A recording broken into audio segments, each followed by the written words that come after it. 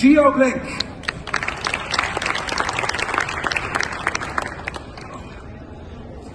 Thank you very much. Hi everyone, I'm Rachel Increase, Head of Marketing at GeoBlink. And hello judges as well. I'd like to start off my pitch by talking about how, even though the media has been talking about the retail apocalypse, we're all here today because none of us actually believe that physical retail is dead. It's just evolving. We're here today because we want to talk about solutions, right? Solutions that will actually help retailers to make it to the other side of this new retail paradigm. And GeoBlink is one of those solutions. So the transformation of the retail industry is causing quite a lot of chaos. You hear about stores closing, networks being restructured, retailers are trying to connect the online with the offline and create omni-channel experiences. And it's easy to see how all of this chaos is actually creating quite a lot of data. And while retailers have been traditionally good at collecting data, very few have been able to actually take that data and develop tailored data-driven strategies that fit the realities of their business. And that is exactly what location intelligence does for retail, because it helps them to take all of that data that they have stored away on Excel, siloed away, and actually make sense out of it in just a few clicks. So how do we do it? We start off by taking the retailer's internal data, and that can come from any business tool really, such as SAP or Salesforce, you name it. And then we enrich it and combine it with our own premium data sources, such as footfall, spending trends, disposable income, etc. Then that data is transformed, or cooked, as our data scientists like to call it, using the most advanced techniques on the market, such as big data and machine learning. So this provides a granularity that hasn't really been seen before in the market.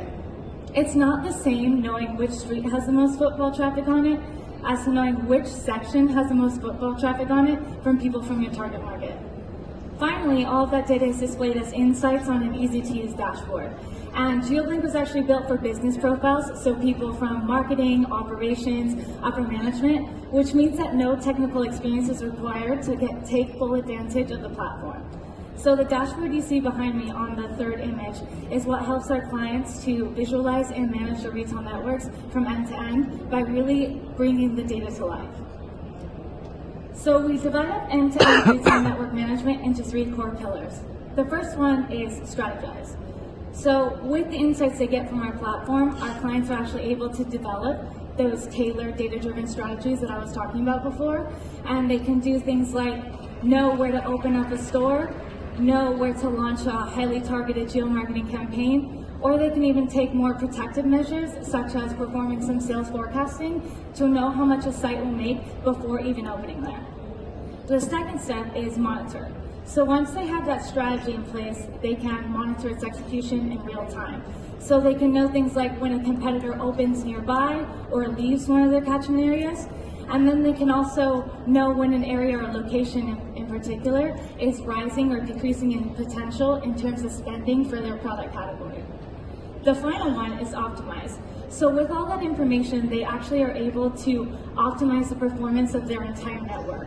So this helps them to not only identify new opportunities, but also to protect their networks by understanding what happens to each point of sale on a store-by-store basis. So then they can take that information and actually boost the whole network as a whole. And these are some of the clients that are currently powering their retail networks with GeoBlink and with location intelligence. Thank you very much. I think we can move on to the Q&A. Wonderful. Thank you so much. That was so much useful information, very well delivered. Do the judges have some questions? That's a great pitch.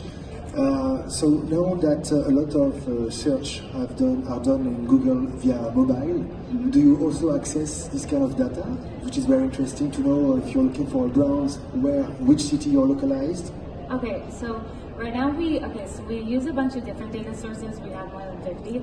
In terms of Google search, we don't use Google search data right now, but if our client had that data, then we could definitely upload that and they could take full advantage of it. So where the data is coming from mainly? So we have many different data sources. They can come from private, public or business source data partnerships. So it depends on the type of data. We have data from the ONS, the INE, also, but then, like I said, the data comes in that way, but then we transform it so it's super granular. And then we also have other partnerships with other data providers like telcos, such as Orange, etc. So there are many different types, and then we just have it in our platform, all aggregated and then also treated. Rachel, good job, excellent pitch. You've an impressive list of clients there, just the last of the logos. Can you tell me a little bit about your business model and how you actually reach those clients? Sure, so our business model is based on an annual subscription. So we have the basic standard package, and then we have additional modules that can be added depending on the needs of the clients. So are you asking for our go-to-market strategy more or less? Okay, so we have a team of sales. So our sales team, the outbound team, they have account managers and also SDRs. So we go to market that way, but then we also have, once the client is on board, we have the customer success. So they're with them and working with the client to make sure that they are taking full advantage of the tool like I discussed before. Fabulous. Quickest question. So I guess the more information you are going to add in the future, the better the tool is, right? 100%. The more information you add,